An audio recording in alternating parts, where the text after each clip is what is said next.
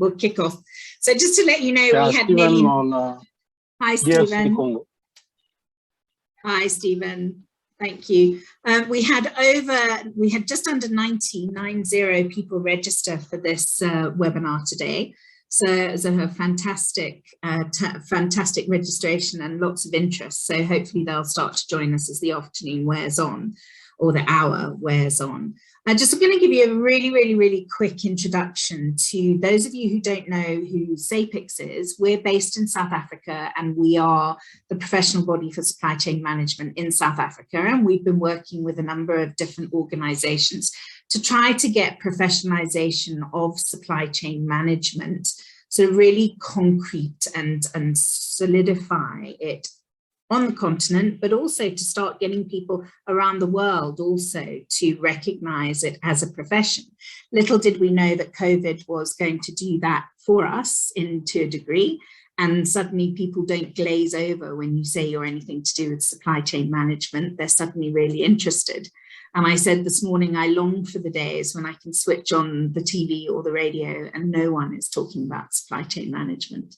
But for now, I guess it's a COVID silver lining, and we need to be very grateful that people are talking about it. I met up with the International Association of Public Health Logisticians through an organization that I represent as well, called People That Deliver. And I was really struck by the synergies between our two organizations. You know, IAPHL talked about creating an empowered, an empowered and educated workforce. We talk, or community, and SAPIX talks about building a vibrant community of educated supply chain professionals. I'm a great believer in the only acronym I really know the meaning for, which is TEAM, which is together everyone achieves more. And I really do think that an awful lot of time, effort, energy and emotion could be saved if more of us work better together. So I reached out to IAPHL and said that SAPIX would be really keen to try to help them to rebuild their chapter in South Africa, and they're on a drive to rebuild chapters around the continent and indeed around the world. And we started this just before COVID, and then COVID happened and people's attention was kind of elsewhere, including our own, and we had to focus on SAPIX's core work. But we brought IAPHL along with us every step of the way, involving them in the conference, and as a result of which we've really built up, slowly but surely, we've got a small community of public health supply chain professionals and health supply chain professionals working together. And one of my big things when I first met PTD was, why would private sector and public sector need to know about each other? They're totally different. And over the years, I've come to realize that actually supply chain best practice is what matters, and that there's so much that we can learn from each other. I'm particularly intrigued by the public health side of things, because I'm not used to organizations that don't always have to work for something that makes a profit at the end of the day. And obviously from a human nature point of view, it's for me the classic example of how efficient supply chain management doesn't just better the bottom line, it actually saves lives. So to all of you out there who really are working the front line of the supply chains and the delivery of the drugs, the commodities, all that goes into this complex world. Hats off to all of you for the last, well, forever, but really the last 18 months and the future that we really don't know what's in store for us all. Annette is one of these extraordinary people. I don't want to belittle her by saying she's an ordinary person, but this is what always humbles me is in this particular field, is that it's very ordinary people doing very extraordinary things. And I was really struck by her presentation at our recent SAPIX annual conference, which was its 43rd outing. I haven't been at all of them. I've been at a lot of them, although I may look like I've been at all of them. And Annette has also been around in the industry for quite a long time. And it's the first time I've ever really been able to sit and listen. And again, COVID silver lining, online, means we don't have to be running around managing venues and worrying about moving people. So for me, it's been an absolute privilege to listen to these stories, to listen to these presentations. And I was just struck at how her particular presentation at the conference would be interesting to the IAPHL community, and it could be a great sort of a gluing presentation or a gluing webinar between the SAFEX traditional community and the new IAPHL SAFEX community we're trying to grow.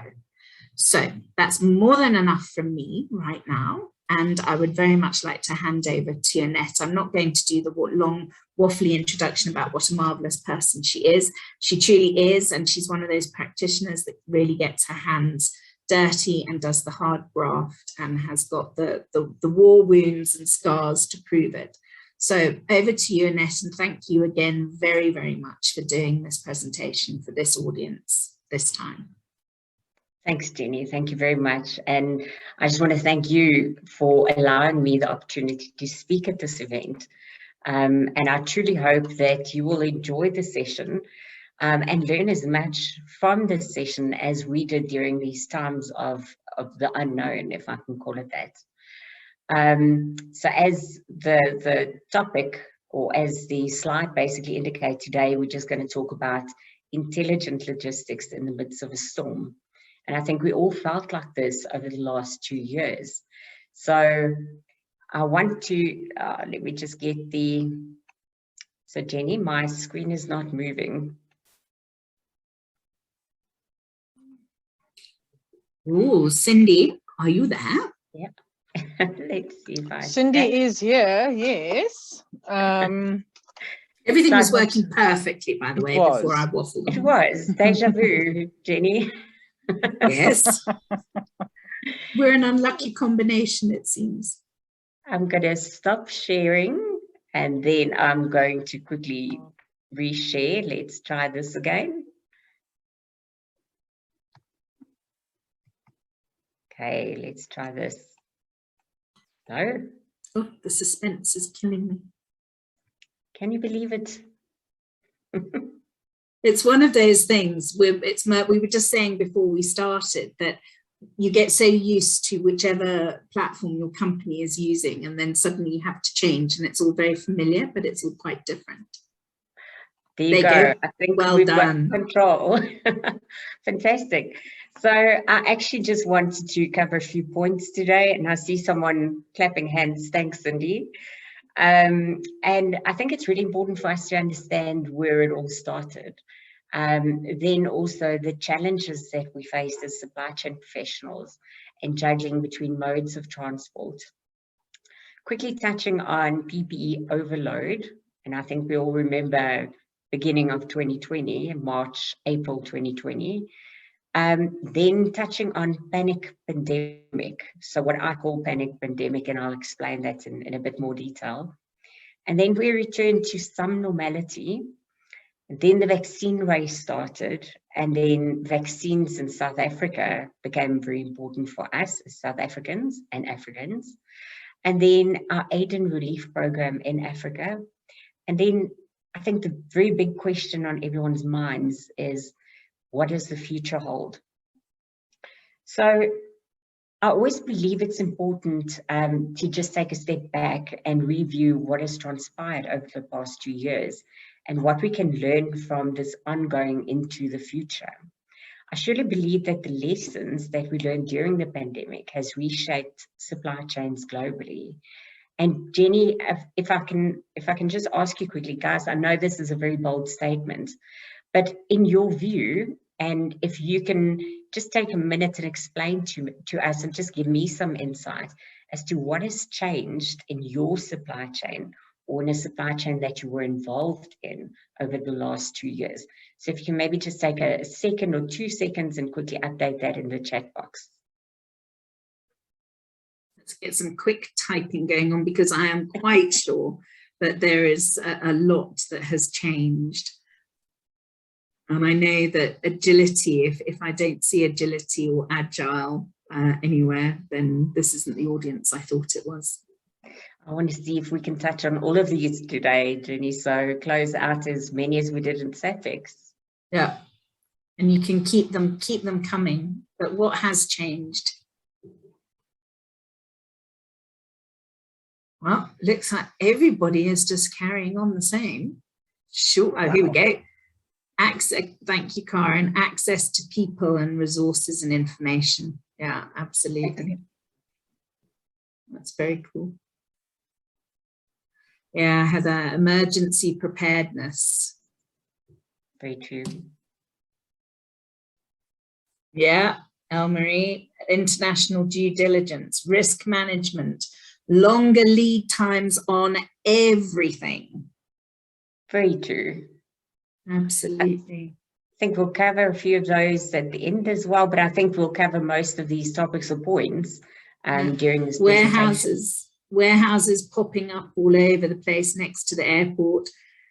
Digital tools are no longer a risk, but a necessity. Yes. Yeah, and online buying has just become massive, the whole e-commerce side of things. Me too. Great, nice input, thank you. Fabulous, thank you.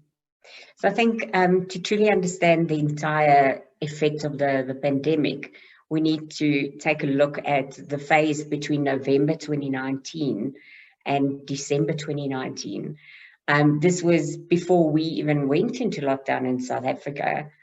We all experienced turmoil when COVID-19 pandemic started. We all knew it was a matter of sink or swim. And as the pandemic evolved, we had to find very clever and very innovative ways to keep cold chain supply chain networks going. So that was not only in South Africa, but also for the African continent. And we realized that we had to consider multimodal strategies, and we had to incorporate, which is very important, very strategic partners to execute at a very rapid pace. So in the supply chain world, we were all faced with challenges. And one of our biggest challenges were juggling between the modes of transport, either because of airport closures or, the minimal amount of staff that was allowed operating at the airports and ports during lockdown. These also included ocean port disruptions. So I think with all of this, the most important thing that we basically saw was the biggest reason for the changes were the procurement changes from the pharmaceutical and healthcare companies around the world, not just in Africa. In South Africa, we saw massive influxes of medicines and raw materials as manufacturers started planning the ramp up of production. Capacity constraints in terms of storage and finished pharmaceutical items started rising. So the SAA grounded aircraft added to the airfreight capacity constraints into Africa. We couldn't get product from South Africa into the rest of Africa. So we almost felt cut off from the rest of the continent. So we also realized price increases on products of high demand, such as flu medication, flu vaccines, vitamin C, zinc, aspirin, and paracetamol. So just to give an idea, if we go back to October, November, December 2019, and even 2020, in 2020 was the first time that we were still administering flu medication and flu vaccines specifically in October. So as a country, South Africa still had to have a certain quantity of flu vaccines available because we didn't have a cure. We didn't understand the cures. So I think that's just, in my career, that was just something that really stood out, was that for the first time, flu vaccines were administered in October, which normally is our summer season. So I think something that really helped me understand the changes in supply chain is just to look at graphs and understand where we are and how to explain this to someone that's not within the supply chain environment. So if we look at the left, graph, the World Container Index, just a normal 40-foot reefer container that literally a year ago cost us between $4,000 and $5,000 per 40 foot, are currently sitting close to $11,000. So that's a massive spike and a massive increase in cost.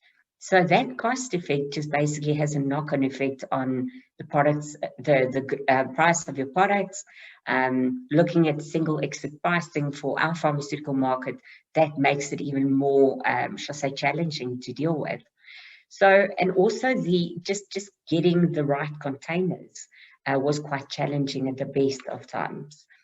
So if you then look at the global port throughput, so January 2012, which equals or equates to 100, if you look at where we're sitting at 2021, and then in February 21, if you look at the steep decline because of container availability from the East, that's quite shocking to see what a supply chain has actually gone through over the last 12 to 24 months.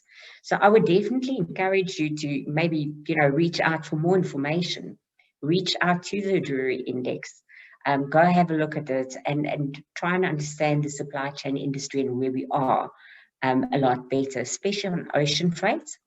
So for air freight, there's also a couple of, shall I say, graphs, but this is just a nice indication to show you, how the rates have increased and how unstable it really is right now. So then obtaining the right, as I mentioned, obtaining the right quality reefer containers out of the Far East became a big challenge.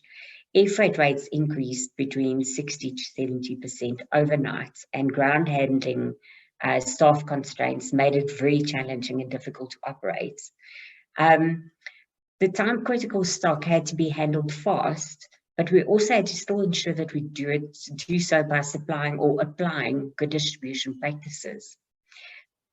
Then I almost want to, on the next topic, just want to quickly stand still there. The threat of the unknown. These are companies that never before dealing in pharmaceutical products, such as IT consultants, IT companies, consultancy firms, training companies. I almost want to say every Tom, Dick and Harry wanted to import masks, test kits, thermometers, and all funny, weird, strange cures. I think we can all remember the ones coming out of Madagascar a couple of months back. And then all of a sudden finding a way to enter the market. This took up a lot of energy, a lot of time to support and help these small businesses, as these companies were just looking for ways to keep their budgets afloat. We had to take a lot of time educating companies about risks and how to mitigate these risks. And this almost became a very, very big challenge, because a lot of the time the goods would arrive in country and then you almost try and kill the fire. Then sometimes it's a bit too late.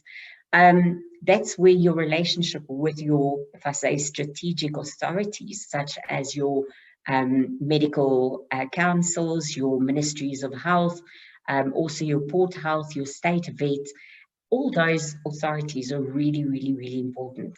And I think over the last couple of months, we've built such important relationships with these authorities, which really, really helped us in the most difficult times. So then we experienced what we refer to as PPE overload. And I think if I say overload, this is a picture I took myself with one of the first charters that arrived at our Tambo, and it was mask after mask after mask.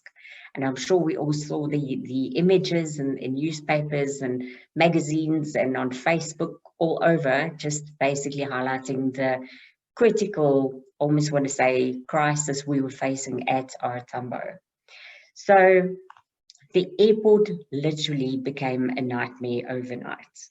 There was less ground handling, and I think this is what we need to understand. There was less ground handling staff allowed on these sites due to the restrictions of lockdown level 5. This created absolute chaos. So in fact, only 30% of the workforce was allowed to operate airside during these times, where we received in excess of about 7 charter aircraft a day. So 7 planes a day of medicines and PPE. So you can imagine, with 30% of your workforce trying to manage double or triple the amount of cargo load at the airport, the impact that it actually had on the staff, and then the working hours that the guys had to put in to basically make this work. And I think that was something that really stood out for us. So companies imported masses of personal protective gear by air as ocean was just taking too long. And this created a major bottleneck at OR Tambo. This surely is something, as I said, that I've never seen in my 23-year career. Unfortunately, due to the increase of demand of the masks, this also led to the criminal aspect increasing around the airport. I actually just want to apologize for the grim images that I had to share with you, but unfortunately, this was reality that we were faced with at the time. So hijackings around Gauteng and around the airport happened on a daily basis. And with not just the hijackings, with the higher increased demand in masks and vaccines and just medicines in general, there was an increase a further increase in the criminal syndicates in and around the Gauteng and then the airport area. So I think it was really just a terrible time for anyone to be working around the airport and around the Gauteng area. And then as temperatures were rising of crime, uncertainty, and the fear of the unknown, and I think we all felt that anxiety at the time, this all led to the next phase. And the next phase is what I call the panic pandemic. So with any crisis globally, and I think we've only just experienced this major crisis to this extent before. With any crisis globally, people tend to stock up and panic buying starts taking place. So the effect of social media, fake news, and fear became a major driver. People did not know how to react as this was a complete new world for all of us. Everything became super urgent, so which required an agile supply chain. In my opinion, this is where intelligent logistics was born. So Business for South Africa and COVID board initiated early plans to enroll and procure vaccines. And an even greater shift in transport from ocean to air started during January to March 2020. Then I just want to quickly stop at the next section where panic buying. So just if we think about it and we take a step back and we think of the word panic buying, and this is why I call it panic pandemic, every man on the street started stocking up, which caused shortages on shelves and even further increased in demand of all household items and medicines. So I'm sure if we have to take a step back, that we can actually all remember the race for the very much needed toilet paper, where there was absolutely not one roll on the shelf. So the panic buying actually added strain on all supply chains and logistics around the world. This led to unnecessary errors made in the supply chain. So especially when dealing with cold chain supply chain and pharmaceutical products. So one of the most amazing initiatives that I think derived from this situation we found ourselves in was the airfreight carriers. So reconfiguring passenger aircraft to accommodate more space, so to allow for more airfreight capacity. So we saw the benefit in this as we were forced to think creatively versus the very normal rigid supply chain rules that we're all used to. So just quickly sharing this picture. This was one of the very first charter aircraft that we moved from China to South Africa. So DSV was involved in moving various air charters around the world to ensure we kept a supply chain of much needed medical products moving around the globe, especially into South Africa to support the rest of Africa as well. This was one of the first movements, placing face masks boxes on passenger aircraft, whilst no one was allowed to fly anywhere in the world. No one was allowed to travel in this time, And basically what the airlines did was to make up for passenger, tickets that they lost in sales. They basically used the space very, very wisely. So I always say this is probably one of the most amazing events that I've ever seen. So a very creative initiative that soon basically changed the way that we do supply chain, or we manage supply chains. This very, very soon then moved to the advanced intelligent logistics, where passenger seats were removed to allow for more upper deck space and more secure air freight space. So isn't it just amazing that even in the most difficult times, we as supply chain professionals can change the way that we do things normally? This soon became a very real new norm in supply chain.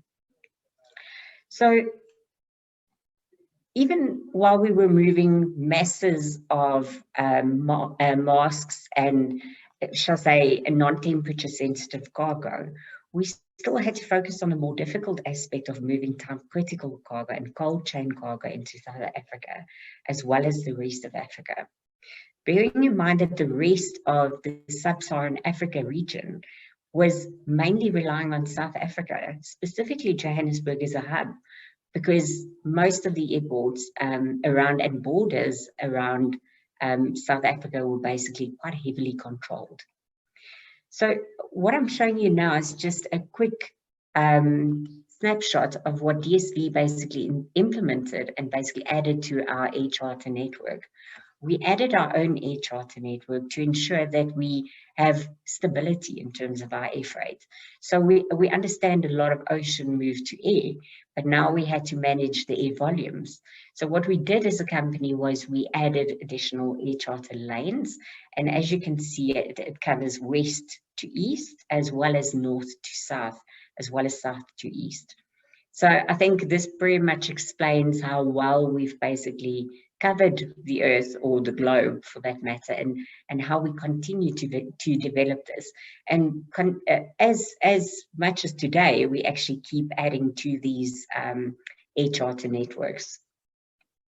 So just touching on moving time-critical pharma into South Africa and managing the cold chain. The big question that I think a lot of people have is, how did we do this? Or how do we manage it today still?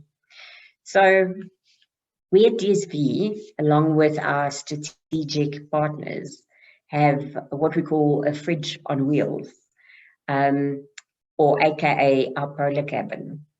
So this cabin does not only adjust temperatures for collection airside, and I just have to say that this is at our Tambo International Airport. So it doesn't just adjust temperatures for collection airside, but it's also used to safeguard temperature-controlled pharmaceutical goods from all environmental factors. So you can imagine if it's raining and you have to move pharmaceutical products airside, it's normally moved on just a flat dolly, and your product is completely exposed to sunlight, to rain, to humidity, all the environmental aspects that could actually harm it. So what this polar cabin also adds at the end of the day is the physical removal of the physical visibility airside of what is inside the container. So by saying that, the benefit is removing complete risk and mitigating risk airside. So just quickly taking you through or a very high level overview of what it takes to import not just vaccines, but I use vaccine in this particular example, but what it takes to import vaccines or cold chain products into South Africa, and how our network with our partners actually allow for this. So just starting from the left of the screen, but before we even collect a cold chain shipment, a lane risk assessment is conducted to ensure we mitigate all the risks alongside the physical route the shipment will take. The lane risk assessment also allows us to make changes before we actually uplift or pick up the actual shipment. So it allows us to make changes to the route and to the consignment, such as amending packaging. So instead of using thermal blankets, we could possibly look at a more passive solution. or choosing alternative airlines or routings. So to ensure that we meet all our compliance standards. So then upon collection, the second point would be visibility. So we create visibility using various online platforms and tracking platforms. Then we basically, monitoring our temperature becomes, I almost want to say, our third most important or critical factor. Our temperature is monitored by using data loggers inside all shipments. So all milestones from there is then recorded and communicated to our clients by a dedicated Pharma team globally. This is done to ensure transparency and visibility to all stakeholders. So customs pre-clearances are done and all licenses and permits are submitted to relevant authorities and regulatory bodies. So upon arrival at Tambo International Airport, the goods are already customs cleared and we move it into our dedicated airside facility called DSV Cold by using our polar cabin. So in a nutshell, I want to say, voila, our cold chain is intact. So from here on, from the DSV Cold facility at Tambo, the goods are then collected once it's customs cleared, port health released, SAPA released. It is then collected in a dedicated Pharma temperature controlled vehicle. So we then either deliver it to a wholesaler, a distributor, or to our state-of-the-art facility at DSV Meadowview, where goods are then warehoused for distribution later on. So that basically covers the first, I almost want to say, leg of transportation into the country. And then the next topic that we want to touch on is where we kind of gained some normality. So this was September to November 2020. So if we take a step back and we close our eyes and we just think of what happened in that time, people started returning to workplaces, traffic on the roads increased. I remember I was in my first traffic jam in November 2020, and I was actually very excited about that. Never thought I would say that. But we were all starting to think about a holiday, a very well-deserved holiday after such a very crazy 2020. Procurement started normalizing. But then items such as COVID test kits, other test kits such as HIV test kits remained on high demand. We saw sanitizers, gloves, and potential cures once again started making its way into the market. And then air freight rates and ocean equipment prices remain high. We had less travel restrictions, which I think was amazing for every single one of us. Which meant that we could actually travel to neighboring countries, which made deliveries to cross-border countries a lot easier, which also allowed smoother transition crossing into our sub-Saharan areas, sub-Saharan African regions. So we didn't have to have our ITAC permits anymore. We could actually quite easily just use your normal, shall I say, standard customs clearing documents at the border to cross from one border to the other. So September to November 2020 was absolutely amazing. And then while we were all thinking of holidays and you know, fighting our own battles from a supply chain point of view, it was really interesting to see how pharmaceutical companies were racing to get a vaccine approved. So to start manufacturing and to reach herd immunity as quick as possible. So this race is also pretty interesting to watch during this time, as some gained momentum and then they fell behind, and then another company gained momentum and they fell behind. So it was really almost like a horse race at the time. And we all basically had, I always want to say, a betting process going on as to which company is really going to have that very first COVID vaccine released and who's going to get that very first COVID vaccine in South Africa or in Africa. So we saw new technology in this time, and that technology that came to the forefront was very quick. considering that under normal circumstances, it should have taken at least 10 years to be approved. And look how quickly we did it. And I just think that is absolutely amazing. Amazing that we could develop technology and actually apply and roll it out while manufacturing. So looking at the global race, these vaccine manufacturers had to also gear up manufacturing facilities while still getting, ready for the approval from the authorities for the rollout of the vaccines. And as we know in South Africa, we have 2 approved, well, a third one has just been added, but we have Pfizer and we've got J&J. So the Pfizer as a company has recently stated or announced that they will start manufacturing in Cape Town as early as next year. And then Johnson & Johnson is currently being manufactured in the Eastern Cape, as we know. So just touching on Gavi and the ACT Accelerator program.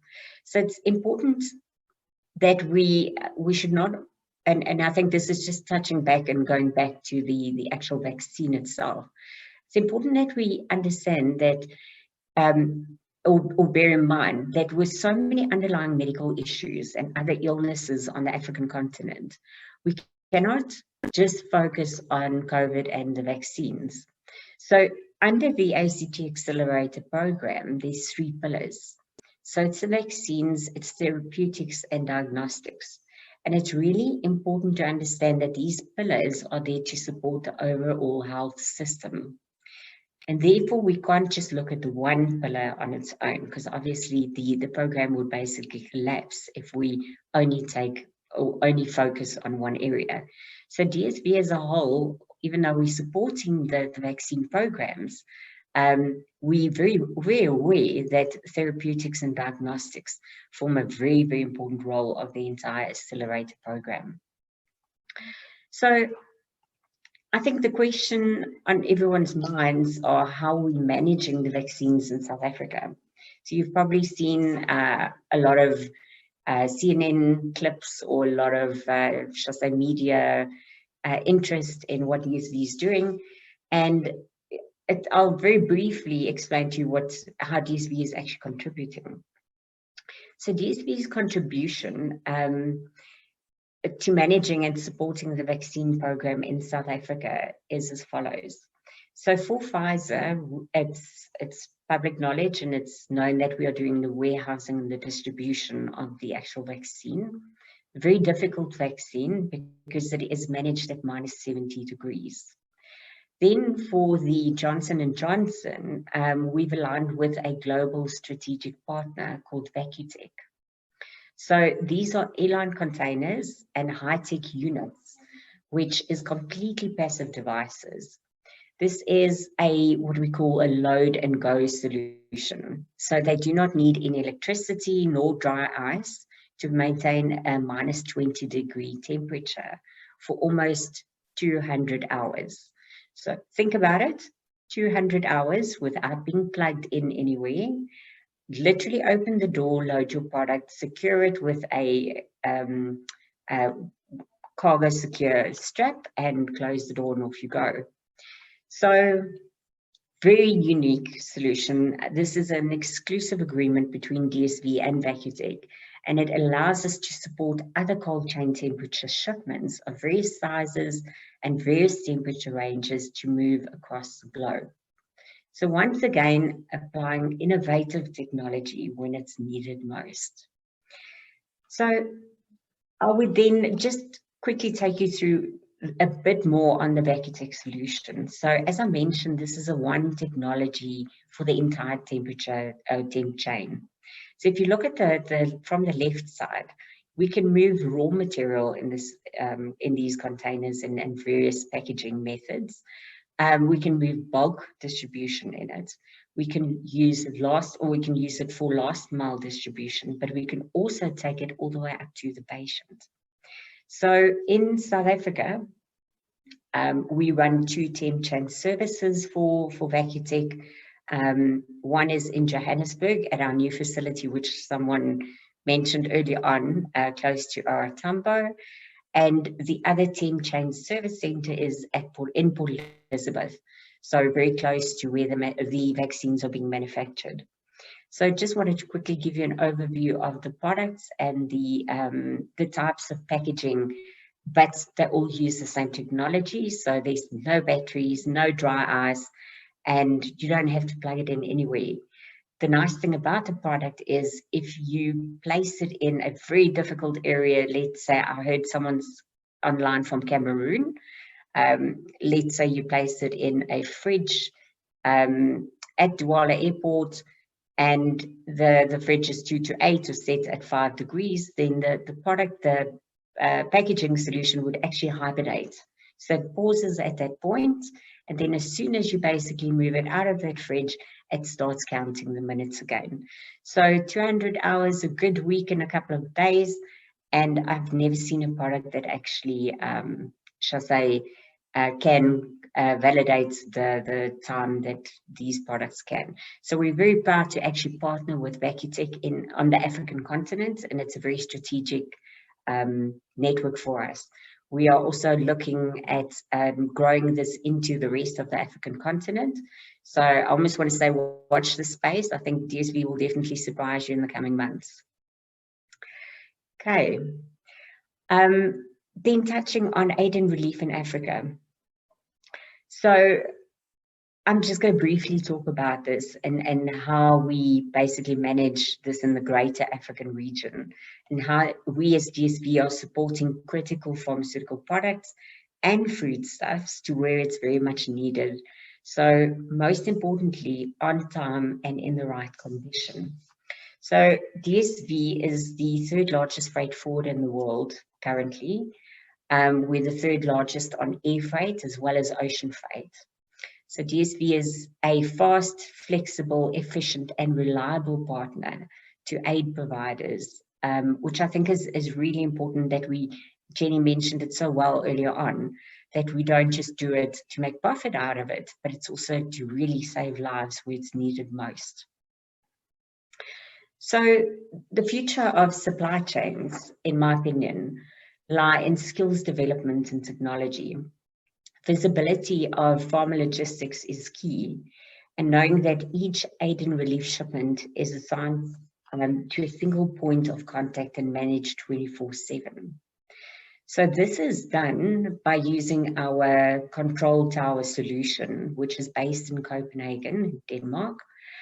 And even though a shipment is critically important, compliance can never be overlooked. So in the DSV world, the first thing we would look at is routing and compliance. So we ensure that all permits are in place, all shipments are pre-cleared and moved in the right temperature and humidity conditions. So DSV has specialized team of controllers, operators, and ground handling partners, making use of state-of-the-art warehouses to handle pharma around the clock. So in Africa and other destinations, we work very closely with the United Nations and with the Danish Red Cross. So as you can see, our CEO always say we're truly proud and humbled to be a partner to both.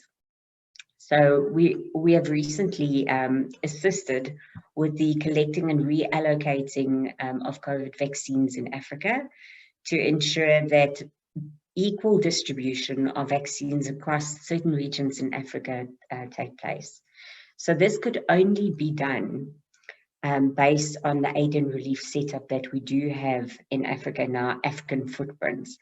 If we didn't have that aid and relief footprint, we would never have been able to support the UN with these redistribution of the vaccines. So magic question, and I think this is what we touched on earlier and why I also wanted everyone's comments. So we all think about what does the future hold? So in looking at where we came from almost 2 years ago, the big question is, what does the future hold? And I think this is a very tough question because none of us have a magic or crystal ball. What we have learned over the last 2 years was that we need to be ready for anything. And I think someone also mentioned that we need to be ready for anything, even looking at the recent unrest. A strong business continuity plan, strong leadership, technology, and creative thinking is very important. Also, testing your business continuity plans on a regular basis is critical to a resilient supply chain. And then if I can allow you to take something away from this presentation, I would really like to say strong collaboration with network partners are key to a strong and successful supply chain. Strong company culture and support through tough times really, really matter. And remember, any idea a staff member or even a client proposes could be a positive attribute. So never miss the opportunity to the solution. Just want to say thank you. And if anyone would like to get in contact with me, my details are on the slide. And Jenny, I'm happy for you to share it with everyone on the team as well. Fabulous. Thank you very much. Pleasure. And just to answer that question in the chat, we will be sharing the recording. It's too good and there's too much in it. I hope you all agree it was really worth asking Annette to take another hour out of her obviously technically hectic life to share that with us.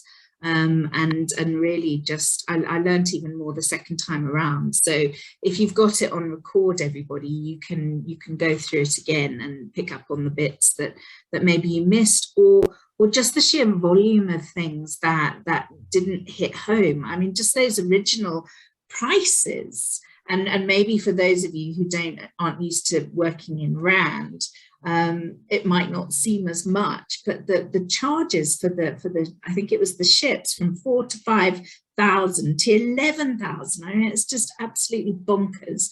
And how you've all kept sane during all of this, I don't know. I mean, you know, I know that having to pivot from face-to-face events to online events seemed like a drama. Well, you know, honestly, let's get real and let's talk to the real people who are doing the real stuff. And in our student conference at the weekend, somebody was asked, is supply chain management a stressful job? And obviously we know there's no such thing as a supply chain job, but the profession itself, is it stressful? What would you all say? I think you'd all, if you were all to put your cameras on, you'd all show me a few grey hairs that have happened because of the profession, and possibly because of the last 18 months or nearly 2 years now.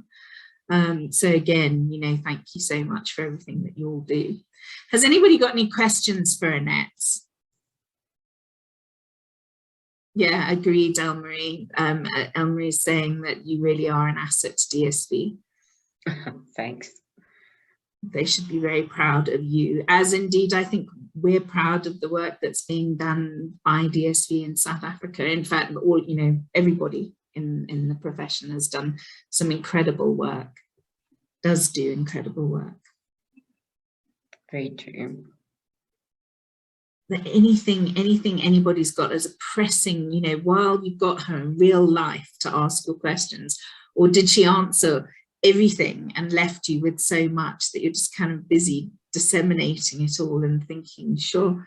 I know that somebody made a comment about how understanding, so he works, he, she, I can't remember who it was that made the comment, works in a warehouse.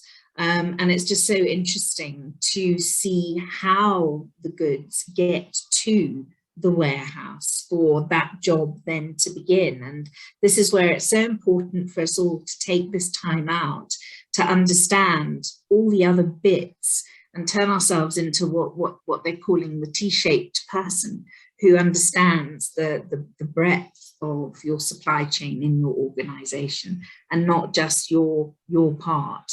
You don't have to understand its complexity, but at least to understand the various components that go into it. So one thing I did want to say before we possibly get cut off is that to become a member of IAPHL is free. I put the link in the website, in the chat, and we will send it out again when we send you all the link to the recording. If you're under 25, at the moment we're offering a joint SAPICS IAPHL membership for free. And so you can have a look on the website. In fact, if I put the link now, that's there, you can actually have a look and see about the various membership options. As far as IAPHL is concerned, there is sometimes a huge amount of chat and sometimes there's not very much chat. You do have to sort through it, but there's all sorts of really, there are lots of little nuggets, things like Annette is talking about that you kind of knew happened, but you didn't really know, and people asking advice and people wanting to give advice. So it's a very, if you are in the public health supply chain space, it is a very useful community. The listserv has got some, and from education, what's on offer, etc., etc. It's well worth signing up for. So give it a go. And then we've got another super linking to this. We've got another super webinar scheduled for this community on the 16th of November. SAPICS has got loads of other webinars, so please check out the event calendar. But even I'm exhausted looking at it between now and the end of the year. But the 16th of November is specifically, again, it's about the way in which in South Africa we've dealt, or one organisation particularly has helped with the vaccine rollout and continues to help with the vaccine rollout, the Lean Institute Africa. So if anybody is interested in lean management, how that's helped, and really just from a practical point of view, the presentation was it blew me away because of its sheer simplicity that I could understand what it was about. So you'll probably all get even more out of it because you won't need to go back to the basics, but it really was, it was such a great presentation. I really enjoyed it. So we'll be sending the notice out about that, and we really hope to see you all there. But if nobody has any questions for Annette, and as she said, her contact details are they will be in the recording. And I know if you don't, oh, here's one from Fidel. Were sea freight's frequency reduced for air freights in general? I think just the sheer getting a hold of right containers actually became a really big crisis. And what we saw early in the year, where Yantian port closed because of COVID, that created more complexity. So the frequency, I think it was just a slower mode of transport, and everything really had to happen much quicker. And therefore, the change from ocean to air. Mind blowing. It was crazy. It's extraordinary. I mean, I can remember listening to the Kenyan cut flour industry talking about the radical changes that they had to make right at the beginning of the pandemic, when we all thought it was only going to last for a couple of weeks. And that goes back to that point that somebody made and you made again, Annette, is that we learn every day because we don't know what's ahead of us. So planning, therefore, it's become that crystal ball joke. It's not really a joke, is it, anymore?